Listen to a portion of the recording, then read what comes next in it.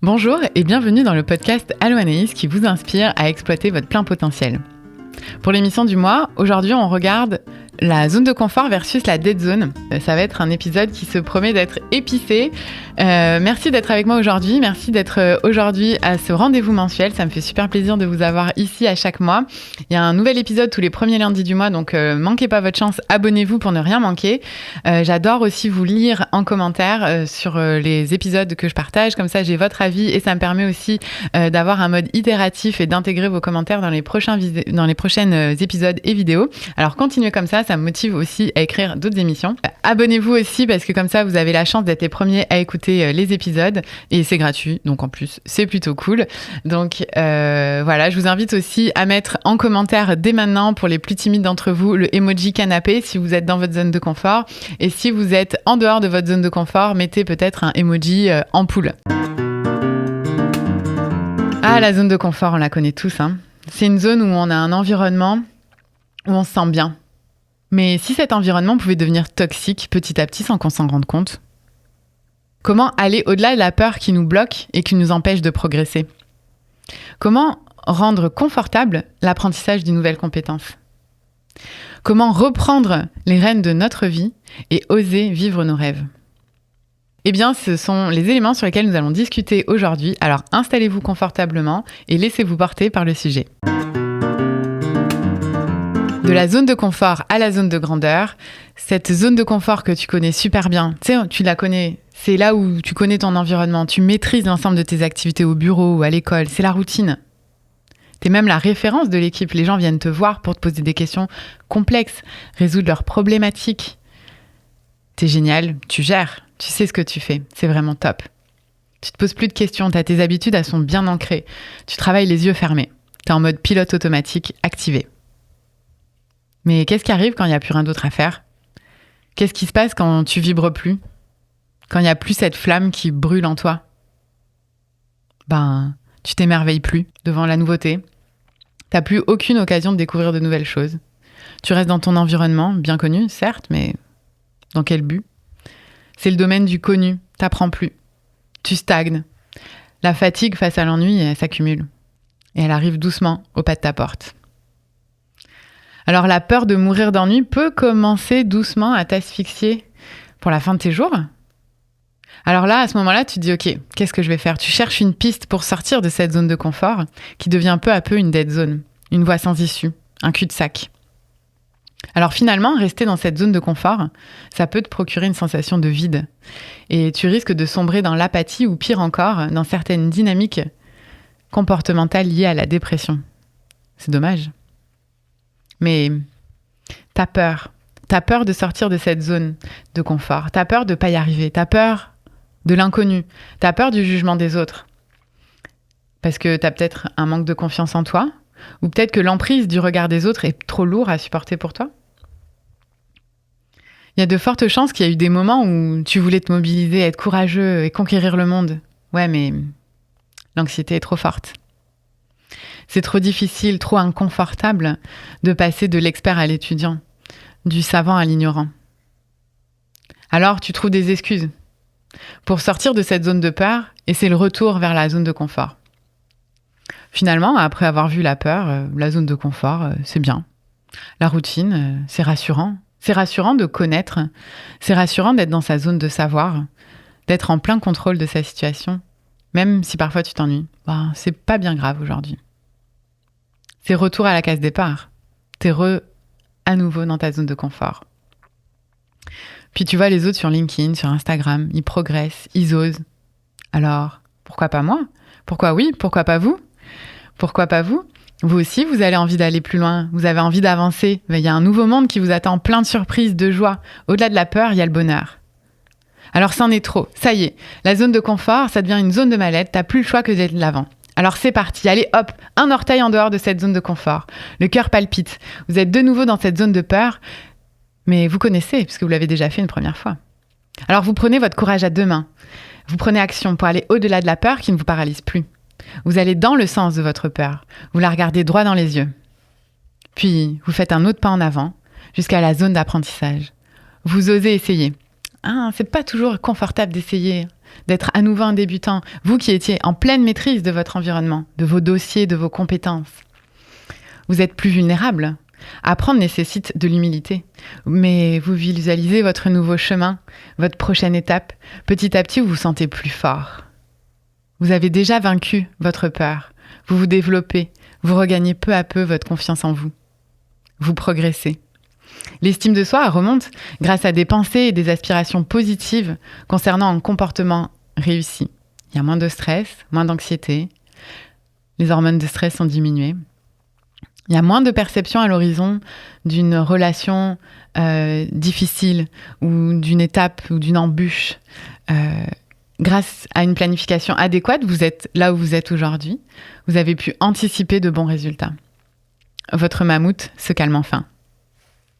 Et qu'est-ce que vous découvrez ? Eh bien, que c'est possible d'apprendre de nouvelles choses. Que c'est pas si pire en fait. Et même vous kiffez ça. Enfin, un peu.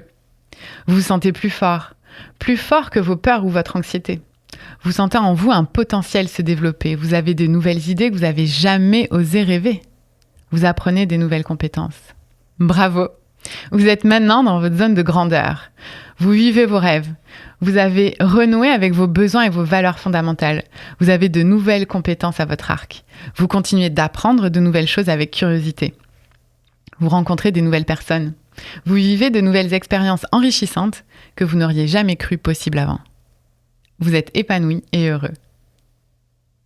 Alors sortir de sa zone de confort, c'est finalement l'agrandir jusqu'au prochain défi. C'est une belle histoire, n'est-ce pas ? Est-ce que vous avez eu des frissons ? Est-ce que ça vous a donné envie d'explorer de nouvelles avenues ? En tout cas, moi, oui. Relever de nouveaux défis, moi, ça m'aide personnellement à conquérir des nouvelles compétences, à développer mon réseau. Si vous me suivez sur LinkedIn, vous savez que l'an dernier, j'ai fait ma première course à pied officielle, mon premier 10 km. En début d'année 2023, je pensais jamais pouvoir faire ça. Et puis, je me suis acheté une montre, j'ai suivi un programme, j'ai couru, j'ai été essoufflée, j'ai manqué d'air, mon ego a été menacé à plusieurs reprises, je pensais jamais y arriver. Mais finalement, j'ai persévéré, je me suis inscrite avec un groupe, j'ai couru en groupe, j'ai essayé différentes choses, j'ai même suivi des cours, je me suis donnée à fond, je me suis inscrite à cette course-là, finalement, j'ai réussi avec 19 minutes d'avance. Waouh! Quel nouveau défi, quelle fierté d'être dans cette nouvelle zone. Alors, je vous invite aussi à sortir de cette zone de confort et à explorer qu'est-ce que vous pouvez faire d'autre de différent que vous n'avez jamais osé réaliser. Alors, dites-moi en commentaire sur Spotify ou Apple Podcast ou encore même sur YouTube si vous avez déjà vécu des moments comme ça dans votre vie. En tout cas, j'ai hâte de vous lire et d'échanger sur ce sujet. J'imagine que vous avez déjà aussi entendu parler du mythe de la grenouille et de l'eau chaude. Mais laissez-moi vous expliquer un petit peu plus cette analogie et après on discutera de comment passer de cette zone de confort à cette zone de grandeur. Alors, le mythe de la grenouille et de l'eau chaude, c'est une illustration qui est utilisée dans plusieurs contextes, que ce soit économique, social ou même psychologique. En fait, c'est deux grenouilles avec un chef cuisinier. Alors, les végétariens, désolé, mais c'est juste une petite analogie qui explique ceci. Donc, il y a une première grenouille qui est jetée dans de l'eau bouillante et elle, le réflexe qu'elle a, c'est de sauter en dehors de la casserole et elle peut s'enfuir parce que l'eau était déjà trop chaude. Alors que la deuxième grenouille, on la met dans de l'eau froide et petit à petit, on augmente tout doucement la chaleur en fait sous la marmite et finalement la grenouille s'adapte à cette chaleur-là, elle s'adapte à ce confort-là et finalement elle finit par mourir parce que l'eau devient beaucoup trop chaude pour son environnement. Alors scientifiquement, ce mythe-là, cette analogie-là a été réfutée parce que les grenouilles sortiraient de l'eau même si elles y vont de manière progressive, mais c'est un moyen en fait ici pour souligner que lorsqu'un changement s'effectue d'une manière assez lente, finalement, il échappe à notre conscience et il ne suscite pas, la plupart du temps, une réaction ou une opposition. Donc finalement, on s'habitue à ça. C'est un peu comme s'habituer aussi à un stress permanent. On fait le voir, on le voit, on s'habitue, puis finalement, ça devient notre nouvelle réalité, notre nouvelle normalité. Donc c'est un phénomène d'habitude, de passivité à un environnement qui se dégrade progressivement au point de mettre notre vie en péril. Alors nous avons tendance à adopter des choses et on les implante de manière lente et régulière, mais elles viennent parfois contrôler notre vie. Finalement, cette adaptation, ça finit par s'installer sans que tu t'en rendes compte. Et un jour, tu te réveilles et tu te dis, oula, mais je suis en plein milieu de l'eau bouillante. Qu'est-ce que je fais ? J'ai besoin de sortir d'ici. C'est quoi ma prochaine étape ? Donc, c'est cette analogie-là pour vous montrer que parfois, la zone de confort, ça peut devenir une dead zone dans le sens où on s'habitue à cet environnement qui peut devenir peut-être toxique et qui vous empêche de finalement progresser et d'évoluer et d'avancer vers des choses peut-être encore plus pertinentes.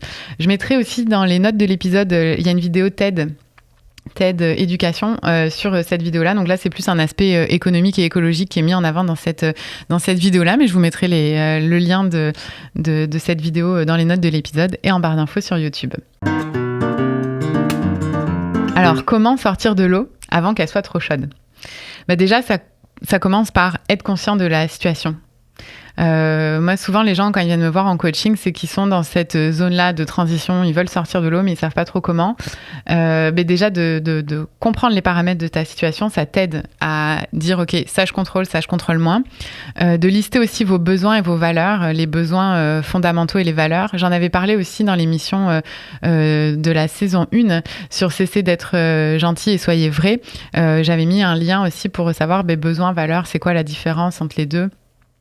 Donc, je vous invite aussi à aller regarder ça et explorer ça, de lister ces éléments-là, de vraiment prendre un pas de recul pour dire qu'est-ce qui est important pour vous et qu'est-ce qui est fondamental pour vous.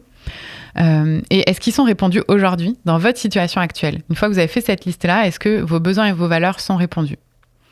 Et sinon, qu'est-ce qui vous manque en fait pour les atteindre et être pleinement heureux ? Et aussi peut-être de commencer à réfléchir à qu'est-ce qui vous empêche finalement de progresser ou d'aller ou de répondre à ces besoins. Alors, prenez un moment pour réfléchir, c'est cadeau, je vous donne ces questions-là. Souvent, j'en parle aussi en coaching avec mes clients. Mais justement, prenez un moment, soit écrivez-le, soit parlez-en à quelqu'un, mais prenez vraiment un temps de réflexion pour faire le point un peu sur cette situation dans laquelle vous êtes. Et l'un des meilleurs moyens, en fait, d'oser de sortir de sa zone de confort, c'est facile, c'est d'y aller. C'est de prendre action, ça fait peur, mais allez go, on y va. C'est comme la première fois un peu que vous avez dû parler en public pour une présentation au bureau. Ou un peu comme la première fois que vous avez dû remettre en question l'opinion d'un de vos collègues. Oui, tu sais, celui qui a toujours un ton hyper affirmé, que tu n'oses pas le remettre en question. Ou comme cette première fois aussi que tu as demandé à une inconnue de danser avec toi. Ou cette première fois que tu as osé affirmer tes valeurs fondamentales au bureau. Ou cette première fois que vous avez démarché un nouveau client. Ou cette première fois que vous avez fait un pitch de vente ou une entrevue pour votre premier emploi. Je crois personnellement qu'on a tous la capacité d'agir et qu'on peut aller au-delà. On peut essayer et on peut prendre l'habitude d'affronter nos peurs. Je crois qu'on a tous les réponses au fond de nous et que parfois on a juste besoin d'être accompagné. Tu sais, un petit coup de pouce qui te permet d'aller plus loin et qui fait la différence. Pensez-y. Qu'est-ce qui vous a permis d'aller de l'avant dans toutes ces premières occasions, dans toutes ces premières fois ? Bref, c'est aussi mon métier d'accompagner les gens dans leur transition de vie. Alors, j'aide les gens à traverser cette zone de confort, de passer de la zone de confort à la zone de grandeur, une étape à la fois, bien évidemment, avec le plus de douceur possible dans un cadre bienveillant et 100% confidentiel. J'ai plus de 500 heures de coaching à mon actif, 125 heures de formation et j'ai coaché plus de 50 individus et une vingtaine de groupes et d'équipes. Donc, si tu veux relever ce défi qui te fait peur, si tu veux sortir de ton brouillard et voir le prochain pas que tu peux accomplir pour ressentir ce plaisir d'être en vie et de t'accomplir professionnellement et personnellement, si t'en as marre d'avoir peur et que tu veux reprendre le pouvoir de ta vie, et vivre enfin tes rêves, si tu veux renouer avec tes valeurs et exprimer tes besoins pour avoir l'impact que tu souhaites, si tu veux que ton travail fasse sens et que tu vois la valeur que tu ajoutes à l'entreprise pour laquelle tu travailles, eh bien, prendre un cycle de coaching avec moi, c'est aussi un moyen de sortir de sa zone de confort. Mais au moins, t'es pas seul. Au moins, je suis là pour t'accompagner, pour t'écouter, et c'est plus rapide et plus efficace que si t'étais tout seul. Alors, arrête le hamster qui court en boucle dans ta tête et sors de cette zone de confort pour grandir. Évidemment, le coaching, c'est aussi une présence bienveillante avec une écoute active qui te permet de progresser. Alors, si tout ça, ça t'intéresse, eh bien, je t'invite à aller sur mon site alloanaïs-coaching.com. Contacte-moi et dis-moi en fait quel est l'objectif que tu souhaites accomplir. On peut prendre un 30 minutes pour discuter ensemble, de voir comment je peux t'accompagner à relever ton défi et à sortir de ta zone de confort pour l'atteinte de ton objectif.